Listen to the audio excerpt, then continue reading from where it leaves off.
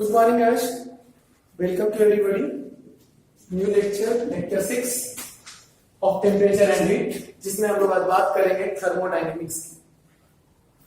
Thermometric, calorimetric, kinetic theory of gases, इन तीनों को अलग अलग लेक्चर्स के थ्रू हम लोगों ने पढ़ा और आज लेक्चर 6 में हम लोग थर्मोडायनेमिक्स की शुरुआत कर रहे हैं। तो सबसे पहले जानेंगे थर्मोडायनेमिक्स होता क्या है।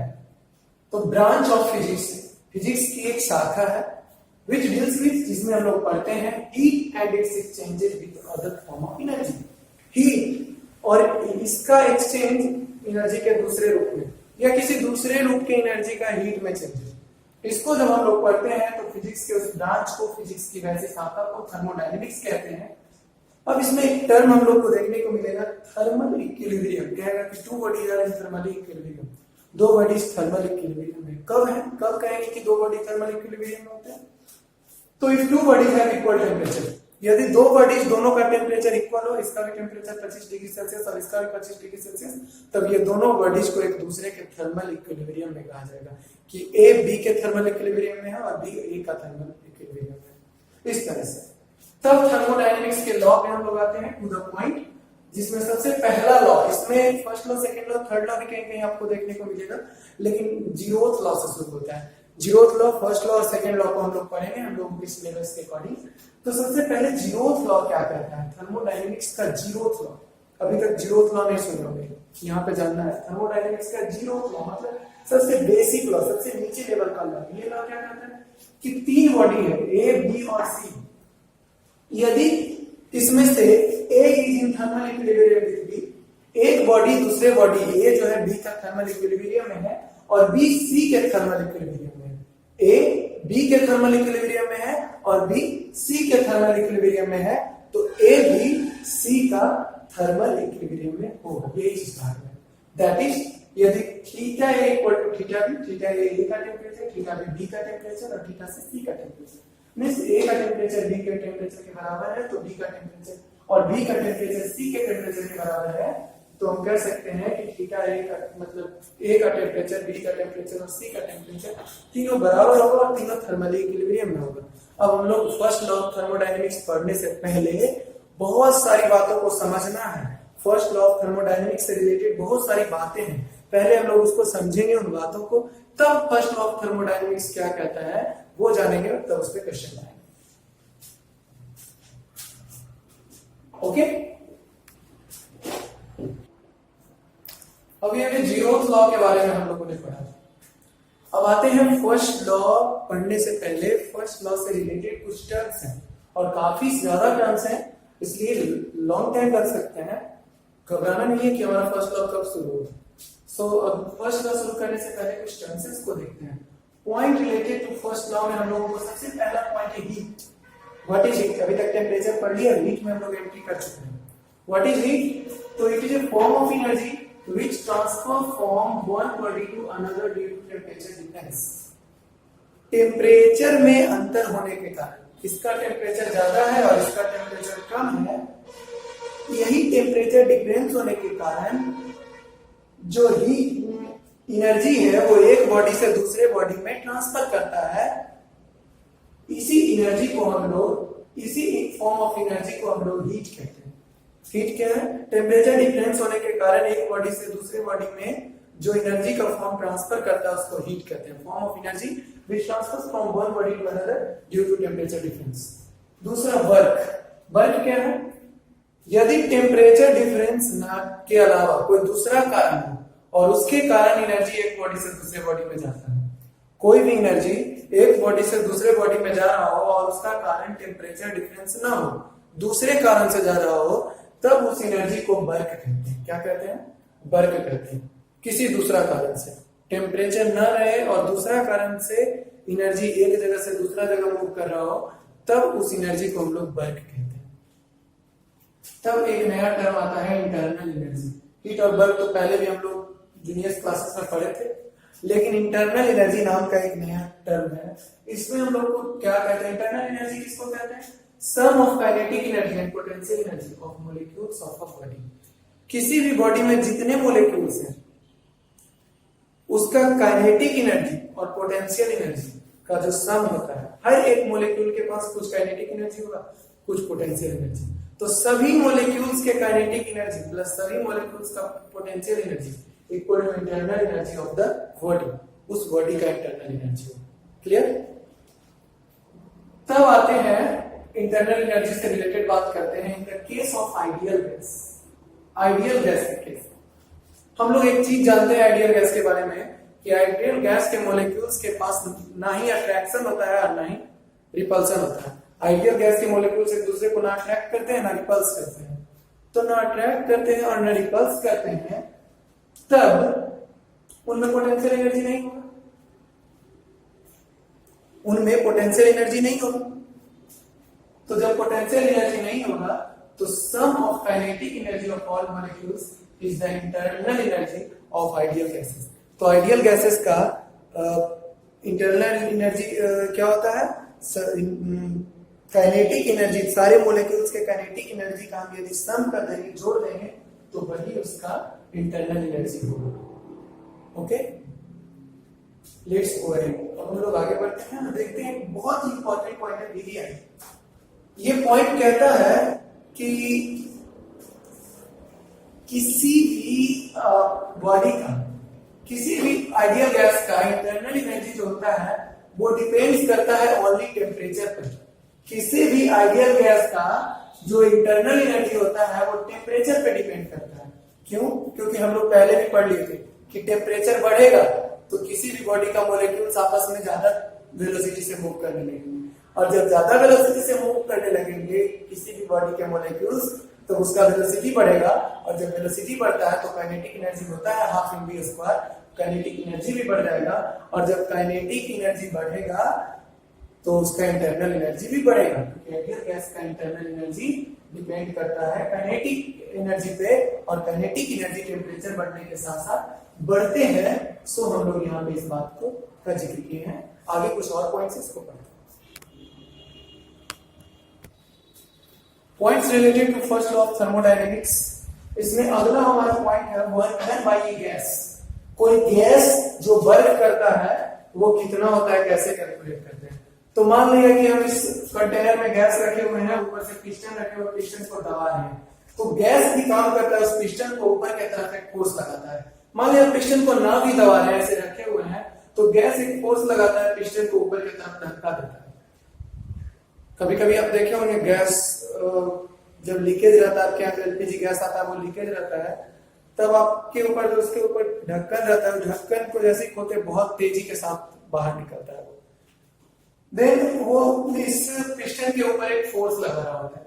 तो मान लिया कि गैस जो है इस पिस्टन पे फोर्स लगाया और डी बाई डिस्टेंस तक उसको ऊपर बढ़ा दिया, खींच दिया, ऊपर तक खींच दिया, यहाँ तक है, और गैस जो है यहाँ तक गैस है, धीरे धीरे गैस फोर्स लगाते लगाते उसको डी बाई डिस्टेंस तक ऊपर लेके चला गया। तो लेट हमारा ये है, P गैस का प्रेशर है, V वॉल्यूम है, T V वॉल्यूम, ये वाला वॉल्यूम, T टेम्परेचर है, P pressure applied by gas above the piston and A area of the piston। Means area of the gas भी कह सकते हैं, एरिया ऑफ द कंटेनर भी कह सकते हैं, ये सारी चीजें। तो वर्क डन का DW मतलब DW का क्या करें, छोटे से डिस्टेंस को खिसकाने के लिए किया गया काम को DW कह रहे हैं। क्योंकि छोटा सा डिस्टेंस नहीं है dy, तो इसको खिसकाने के लिए जो वर्क डन होगा वो भी छोटा सा होगा, DW हम लोग लिए उसको। तो डी वर्क डन का फॉर्मूला पड़े Fs cos theta, force into distance into cos theta, force dot s dot cos theta, Fs cos theta पड़े। F डॉट s पढ़े थे, वेक्टर प्रोडक्ट जो होता है Fs cos थीटा के बराबर। तो F क्या होता है, प्रेशर इनटू एरिया पढ़े हैं। बल बराबर दाब गुना क्षेत्रफल, क्लास 9th में पढ़े थे। यहां भी पढ़ना है, force equal to pressure into area. तो फोर्स के जगह पे हम लोग लगा दिए pressure into area, pressure of gas into area, तो P इनटू A कर दिए, डी बाई, क्योंकि फोर्स F S होता है, तो F के जगह तो P कर दिए, S के जगह कितना डिस्टेंस को लग गया, डी बाई डिस्टेंस को, तो डी बाई कर दिए, और जिस डायरेक्शन में फोर्स लगा उसी डायरेक्शन में मूव किया तो cos थीटा cos 0 होगा, तो cos 0 सबका मान रखे, cos 0 का मान 1 हो गया, और PA में से हम P को अलग रखे, A dy को एक साथ किए। तो आपको पता है एरिया इनटू हाइट क्या होता है, वॉल्यूम होता है। एरिया इनटू हाइट वॉल्यूम होता है, जो कि आप ही पढ़े थे, length into breadth into height, volume of cube, length into breadth क्या होता था, एरिया, इंटू हाइट कर देते थे क्या हो जाता था, वॉल्यूम हो जाता था। तो एरिया इंटू डी वाई कर दिए तो ये क्या निकल गया, डीवी। डीवी मतलब small changes of volume, changes in volume, छोटा सा चेंज इन वॉल्यूम। तो डी डब्ल्यू बराबर हो गया पी इंटू डीवी। और यही यदि लार्ज स्केल पे करना है तो इसको इंटीग्रेट कर देंगे तो बर्डन बाय द गैस निकल जाएगा लार्ज स्केल पर। For large change in volume P DV को इंटीग्रेट कर देंगे, हमारा वॉल्यूम यहाँ से बर्डन निकल जाएगा। दैट्स ऑल, ये हम पढ़ लिया। अब इसमें से कुछ फैक्ट है उसको जानना है, खुद ही सोचिए। यदि इतना वॉल्यूम में गैस है और प्रेशर लगा के इतना हो तो वॉल्यूम क्या हो गया, बढ़ गया। तो वॉल्यूम ऑफ गैस बढ़ गया तो इसका मतलब वर्क जो गैस किया वो क्या हो, पॉजिटिव काम किया, पॉजिटिव। तो if volume of a gas increases then W यानी बर्डन बाय गैस इज पॉजिटिव। और यदि घट गया यानी कि पिस्टन ज्यादा काम किया, गैस उतना काम नहीं किया, तो गैस का बर्डन क्या होगा, नेगेटिव होगा।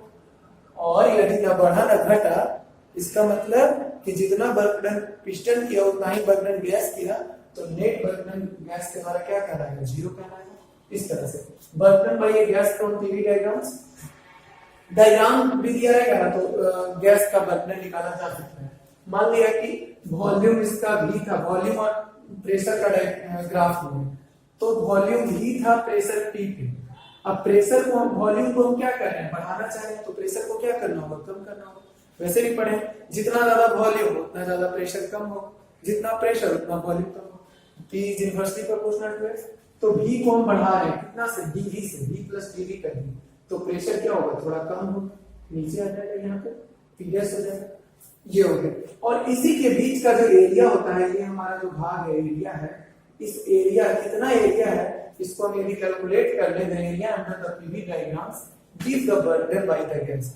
गैस कितना बर्डन किया यदि इसका क्षेत्रफल निकालें तो पता चल जाएगा। इस तरह से हम एक क्वेश्चन देंगे, आपको इसको बनाना है कि गैस कितना बर्डन कर पाएगा। या फिर क्वेश्चन स्किप करते हैं, क्वेश्चन आप लोग बनाएंगे, नहीं बनेगा तो आप कमेंट बॉक्स में डालेंगे, हम इसको सॉल्व करके बताएंगे। इस पे रिलेटेड क्वेश्चन रहेगा तो आप क्या करेंगे कि इसको यहाँ से यहाँ दो भाग में बांट देंगे। इतना दूर हो गया एक रेक्टेंगल, तो रेक्टेंगल का एरिया निकाल लेंगे। या फिर इसको ही हम लोग समलंब चतुर्भुज का क्षेत्रफल जो होता है, एरिया होता है, उसको कैलकुलेट कर लेंगे तो इसका एरिया निकल जाएगा। या फिर इतना दूर पहले हम लोग एक ट्रायंगल का एरिया निकाल लेंगे, फिर इतना दूर राइट एंगल ट्रायंगल का एरिया निकाल लेंगे, दोनों को सम कर देंगे। इस तरह से हम लोग कर सकते हैं। या फिर सिंपली जो हम लोग बताएं कि समलंब चतुर्भुज का क्षेत्रफल या फिर उसको ट्रेपेजियम आप लोग कहते हैं, एरिया ऑफ ट्रेपेजियम, इसको कैलकुलेट कर लेंगे। ठीक, दैट्स ऑल।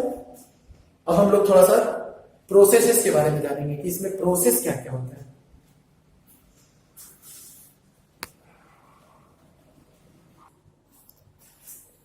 अब हम लोग आगे बढ़ते हैं, जानते हैं प्रोसेस क्या होता है। नया टर्म है, फर्स्ट लॉ ऑफ थर्मोडायनेमिक्स से रिलेटेड कुछ पॉइंट्स पढ़ लें। तो प्रोसेस क्या है, किसी भी गैस के स्टेट में जो चेंज होता है उसी को प्रोसेस कहते हैं। किसी भी गैस का स्टेट चेंज होता है तो उसको प्रोसेस कहते हैं। स्टेट मतलब सॉलिड लिक्विड गैस। तब है रिवर्सिबल प्रोसेस। रिवर्सिबल प्रोसेस किसको कहते हैं, तो जब कोई भी प्रोसेस हो जिसको रिप्लेस नहीं किया जा सकता है, मतलब एक बार बदल गया, if the process can be replace, मतलब रिप्लेस किया जा सकता है। एक बार बदल गया दूसरे स्टेट में, फिर उसको हम उस स्टेट में ला सकते हैं, तब उस प्रोसेस को कहा जाता है रिवर्सिबल प्रोसेस। कौन सा प्रोसेस कहते हैं, रिवर्सिबल प्रोसेस। कोई भी आइडियल प्रोसेस, यह एक आइडियल प्रोसेस है जिसको कोई भी एक्चुअल प्रोसेस रिवर्सिबल नहीं होता है, लेकिन हम लोग पढ़े हैं कि ये रिएक्शन रिवर्सिबल होता है। तो आइडियल प्रोसेस है, एक्चुअली कोई भी प्रोसेस रिवर्सिबल नहीं होता है, कुछ ना कुछ उसमें चेंजेस आ जाते हैं, बट मेजर काइंड्स ऑफ चीज रिट्रेस हो जाता है, इसलिए हम उस रिएक्शन को रिवर्सिबल कहते हैं। अगेन इरिवर्सिबल प्रोसेस, जब रिट्रेस ना हो तो उसको इरिवर्सिबल प्रोसेस कहते हैं, और जितने भी प्रैक्टिकल प्रोसेस हैं वो रिवर्सिबल है। इसी बात को बताना चाह रहे थे कि जनरली कोई भी एक्चुअल प्रोसेस रिवर्सिबल नहीं होता, लेकिन हर एक एक्चुअल प्रोसेस रिवर्सिबल होता है। आगे बढ़ते हैं। अभी हम लोगों ने रिवर्सिबल इरिवर्सिबल प्रोसेस को जाना, अब डिफरेंट प्रोसेस, अलग अलग और भी प्रोसेस हैं उनको जानते हैं। तो सबसे पहला एक नाम आता है आइसोबारिक प्रोसेस। आइसो का मतलब होता है सेम और बार का मतलब होता है प्रेशर। तो सेम प्रेशर, इसका मतलब process in which pressure remains constant, वैसा प्रोसेस जिसमें प्रेशर नहीं बदलता हो, प्रेशर सेम रहता हो, ऐसे प्रोसेसेस को कहते हैं आइसोबारिक प्रोसेस। तब इसका ग्राफ देखते हैं कैसा हो। पहले एक बार हर कोई प्रोसेस का 3 ग्राफ खींचेंगे, एक बार प्रेशर वॉल्यूम का, प्रेशर टेम्परेचर का और टेम्परेचर वॉल्यूम का। तो पहले हम लोग प्रेशर और वॉल्यूम का ग्राफ लेते हैं। इसमें कह रहे हैं कि प्रेशर कांस्टेंट रहेगा, यानी वॉल्यूम को आप V1 पे भी रखिए तो भी प्रेशर वही, और वॉल्यूम V2 भी रहेगा तब भी प्रेशर वही रहेगा। तो ग्राफ हमारा क्या होगा, स्ट्रेट लाइन होगा parallel to the volume axis. ये ग्राफ ए हो गया। ग्राफ बी प्रेशर और टेम्परेचर का ग्राफ है। इसमें कह रहा है कि टेम्परेचर यदि T1 भी रखिएगा तब भी ग्राफ में प्रेशर T1 ही होगा, और टेम्परेचर T2 रखिएगा तब भी प्रेशर T1 ही होगा। इसका मतलब ये भी graph parallel to the temperature axis होगा। ये ग्राफ भी हो गया। अब ग्राफ सी को थोड़ा समझते हैं। इसमें प्रेशर की बात ही नहीं है, इसमें बात है temperature versus volume graph. Temperature versus volume graph. अब सोचिए टेम्परेचर वर्सेस वॉल्यूम ग्राफ क्या होगा कि जैसे जैसे टेम्परेचर बढ़ाएंगे तो वॉल्यूम कैसे बढ़ेगा। तो हम लोग जानते हैं पीवी बराबर क्या होता है, एनआरटी होता है। पीवी बराबर एनआरटी, तो P बराबर क्या हो जाएगा, PV by NR. PV by NR number of moles constant, gas constant constant है, और इस वाले प्रोसेस में हम अभी बोले कि प्रेशर भी क्या रहता है, कांस्टेंट। तो ये पूरा जो पार्ट हो गया ये कांस्टेंट हो गया। तो टेम्परेचर बराबर कांस्टेंट इनटू वॉल्यूम, टेम्परेचर बराबर कांस्टेंट इनटू वॉल्यूम हो गया। तो हम लोग अभी पढ़े हैं y बराबर जब mx हो तो जो ग्राफ होता है y बराबर mx, जो ग्राफ होता है वो ग्राफ पर स्ट्रेट लाइन होता है। ग्राफ क्या होता है, स्ट्रेट लाइन बट इंक्रीजिंग होता है। तो यहाँ भी इस पॉइंट से इस पॉइंट के बीच जो ग्राफ होगा वो क्या होगा, straight line but increasing graph होगा। और ये ग्राफ में यहाँ पे T1 है तो वॉल्यूम V1, T2 तो वॉल्यूम V2, और ये जो m होता था वही क्या होता था, स्लोप ऑफ द ग्राफ। ये एंगल थीटा है तो tan थीटा का मान हो जाएगा P बाई एनआर। तो स्लोप ऑफ दिस ग्राफ क्या होगा, P बाई एनआर। इतना क्लियरली समझ में आया। अब हम लोग जानते हैं work be done in isobaric process. Isobaric process मतलब जब प्रेशर कांस्टेंट है तो वैसे में वर्क डन क्या होता है। तो हम लोग ग्राफ ए को सोचिए। क्यों ग्राफ ए को सोच रहे हैं, अभी अभी पीछे पढ़े थे कि प्रेशर और वॉल्यूम का जो ग्राफ होता है उसके बीच का जो एरिया होता है, सॉरी प्रेशर और वॉल्यूम के बीच का जो ग्राफ होता है और उसी का एरिया वर्क डन देता है। ये भी पढ़े थे इस बात को। तो यहाँ भी वर्क डन क्या होगा, ये एरिया वर्क डन होगा। तो एरिया क्या है, लंबाई गुना, चूंकि ये एक रेक्टेंगल है तो लंबाई गुना चौड़ाई। तो लंबाई मान लिया कि ये, तो ये लेंथ कितना है, P1 है, और ये लेंथ कितना है, V2 माइनस V1। तो लंबाई गुना चौड़ाई, लेंथ इनटू ब्रेड्थ, ये वर्क डन हो गया। अब इसको मल्टीपल किया तो P1 into V2 minus P1 into V1, P1 V2 into minus P1 V1।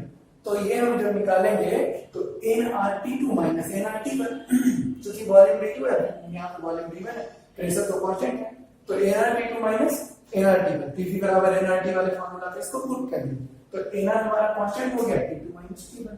यही हो गया work done by a gas in isobaric process. अब आइसोकोरिक, आइसोथर्मल, ये सब प्रोसेस। अब आते हैं हम लोग दूसरा जो हमारा प्रोसेस पढ़ना है, आइसोकोरिक प्रोसेस। तो जैसे वहां देखेंगे आइसो मतलब सेम और बार मतलब प्रेशर, तो वैसा प्रोसेस जिसमें प्रेशर कांस्टेंट होता है। तो यहाँ आइसो मतलब सेम, कोर मतलब वॉल्यूम, तो वैसा प्रोसेस जिसमें वॉल्यूम कांस्टेंट होता है। सिमिलरली आइसोथर्मल प्रोसेस, तो वैसा प्रोसेस जिसमें टेम्परेचर कांस्टेंट रहता है। तो ये दोनों हम लोग अभी आइसोकोरिक प्रोसेस और आइसोथर्मल प्रोसेस को जानेंगे। आइसोकोरिक प्रोसेस को पहले से देखते हैं कि वॉल्यूम कांस्टेंट होता है। तो प्रेशर और वॉल्यूम का हम ग्राफ लिए तो प्रेशर P1 रखें चाहे P2 रखें, वॉल्यूम हमेशा क्या रहा, V1, यानी कि वॉल्यूम नहीं बढ़ रहा है, वॉल्यूम नहीं घट रहा है, वॉल्यूम कांस्टेंट है। दूसरा प्रेशर और टेम्परेचर का लिए तो इसमें तो वॉल्यूम है नहीं, तो सिमिलरली पीछे वाले की तरह P बराबर nRT करेंगे तो y बराबर mx वाले ग्राफ को ये फॉलो करते हुए स्ट्रेट लाइन होगा, इंक्रीजिंग। ये हमारा फर्स्ट पॉइंट पे टेम्परेचर जब T1 था तो प्रेशर P1, टेम्परेचर T2 तो प्रेशर P2 डायरेक्टली प्रोपोर्शनल है और दोनों एक दूसरे के हमेशा स्ट्रेट लाइन में ग्राफ बढ़े। ये हो T और V का ग्राफ है तो टेम्परेचर T1 रखे चाहे T2 रखे, वॉल्यूम चेंज नहीं करना है क्योंकि ये आइसोकोरिक है, वॉल्यूम कांस्टेंट रहना है, तो इसमें वॉल्यूम हमेशा V1 रहेगा। ये ग्राफ इजी है, इस ग्राफ को समझना तीनों को। अब वर्क डन क्या होता है आइसोक्लोरिक प्रोसेस में, तो वर्क डन किसको कहते हैं, दिमाग में सभी का स्थिर ये रखना है कि P और V के बीच का जो एरिया है वही क्या होगा, वर्क डन होगा। तो P और V के बीच का एरिया, तो प्रेशर तो कुछ है लेकिन वॉल्यूम क्या है, डेल्टा V क्या है, जीरो, चेंजिंग वॉल्यूम जीरो, तो किसी भी चीज में जीरो से मल्टीप्लाई करेंगे तो वर्क डन क्या निकल जाएगा, जीरो। इसलिए आइसोकोरिक प्रोसेस में टोटल वर्क डन क्या होता है, जीरो। यानी कोई भी चेंजेस हो रहा है यदि वॉल्यूम चेंज नहीं हो रहा है, और कुछ देर पहले हम इस बात को डील भी किए थे कि volume does not change, that pressure exerted by the gas remains zero. तो ये चीज हो गई। अब आइसोथर्मल प्रोसेस का ग्राफ देखते हैं कि प्रेशर और वॉल्यूम, टेम्परेचर को क्या रहना है इसमें, कांस्टेंट। तो pressure P1 point first, V1 पे प्रेशर P1, V2 पे प्रेशर P2 और V3 पे वॉल्यूम जब V3 रहा तो प्रेशर V3। इसका टेम्परेचर T1, T2, T3। और ये ग्राफ को जब हम कैलकुलेट करेंगे तो रेक्टेंगुलर हाइपरबोला को फॉलो करेगा टेम्परेचर। देन इस रेक्टेंगुलर हाइपरबोला को फॉलो करते हुए इस ग्राफ को हम लोग बढ़ाएंगे। अब प्रेशर और टेम्परेचर का ग्राफ लेते हैं तो क्या होगा, टेम्परेचर को तो कांस्टेंट रहना है, तो प्रेशर को कुछ भी रखें, P1 पर भी टेम्परेचर T1 ही है, P2 पर भी टेम्परेचर T1 है। इसके लिए इस पार्टिकल के लिए P1 पर भी टेम्परेचर T2, P2 पे भी टेम्परेचर T2। इस पार्टिकल के लिए P3 पे भी टेम्परेचर, P1 पे भी टेम्परेचर T3 और P2 पे भी टेम्परेचर T3। तीन पार्टिकल है, तीनों का टेम्परेचर कांस्टेंट है। यहाँ भी सेम चीज कि इस पार्टिकल के लिए वॉल्यूम जब V1 था तब भी टेम्परेचर T1, वॉल्यूम V2 था तब भी, सिमिलरली सबके लिए। अब आइसोथर्मल प्रोसेस में वर्क डन क्या होता है, ये अभी हम लोग जानते हैं कि आइसोथर्मल प्रोसेस में वर्क डन क्या होता है। और किसी भी आइसोथर्मल प्रोसेस में वर्क डन क्या होता है हम इसको समझते हैं। ये दो पॉइंट है, जब वॉल्यूम V1 था तो प्रेशर P1 और जब वॉल्यूम V2 हुआ तो प्रेशर P2। लेकिन आइसोथर्मल प्रोसेस है तो टेम्परेचर यहाँ भी T रहेगा, यहाँ भी T रहेगा। P1 V1 बराबर nRT और P2 V2 बराबर भी nRT, क्योंकि टेम्परेचर कांस्टेंट है। इसका मतलब P1 V1 और P2 V2 क्या होगा, कांस्टेंट होगा। तो P1 V1 बराबर P2 V2, P1 बटा P2 बराबर V2 बटा V1। इस चीज को किया जा सकता है, इसको इसलिए करके रखे हैं कि आगे इसका जरूरत पड़ेगा। चलिए आगे आते हैं, वर्क डन निकालना है। तो वर्क डन क्या होता है, PdV को इंटीग्रेट कर देना है, यही वर्क डन होता है। तो PdV को हम इंटीग्रेट किए कहां से कहां तक, V1 से V2 तक, क्योंकि वॉल्यूम चेंज V1 से V2 होगा तो हम चेंज करें। चूंकि PV बराबर आप पढ़े हैं nRT, तो P बराबर क्या हो जाएगा, nRT बाई V। तो हम यहाँ पर P के जगह nRT बाई V भी रख सकते हैं ना, तो रख दिए, P के जगह रख दिए nRT बाई V। nRT चूंकि कांस्टेंट है, n भी कांस्टेंट, r भी कांस्टेंट, अब बोले आइसोथर्मल प्रोसेस में T भी कांस्टेंट, तो nRT को हम लोग बाहर लेना है, तो 1 बाई V dV। आपको पता है कि 1 बाई V किसका इंटीग्रेशन होता है, 1 बाई V का इंटीग्रेट करेंगे तो क्या होगा, ये log V होगा। तो log V इंटीग्रेट का रूल है कि जो ऊपर पावर होता है अपर लिख देते हैं, लोअर लिख देते हैं, ये कर दिया। फिर क्या करते हैं, upper power minus lower power, log V2 minus log V1। और लॉगरिथम का रूल है कि कोई भी log a माइनस b होता है log a बाई b, तो यहाँ पे log a माइनस b के जगह हम रख देंगे ना nRT log a by b, यानी log V2 बाई V1। और अभी पढ़े V2 बाई V1 बराबर P1 बाई P2, तो यहाँ V2 बाई V1 बराबर P1 बाई P2 होता है, तो P1 बाई P2 रख दिया। तो इस तरह से हम लोग वर्क डन निकाल सकते हैं किसी आइसोथर्मल प्रोसेस में। और किसी भी आइसोथर्मल प्रोसेस में एक बात दिमाग में रखने लायक है, जो कि एक पॉइंट का क्वेश्चन आ सकता है, इंटरनल एनर्जी नहीं बदलता, इंटरनल एनर्जी हमेशा कांस्टेंट होता है। That's all. इसके बाद एक छोटा सा वीडियो प्रोवाइड करूंगा जिसमें साइक्लिक प्रोसेस और फर्स्ट लॉ ऑफ थर्मोडायनेमिक्स को कंटिन्यू करते हुए हम आगे बढ़ेंगे।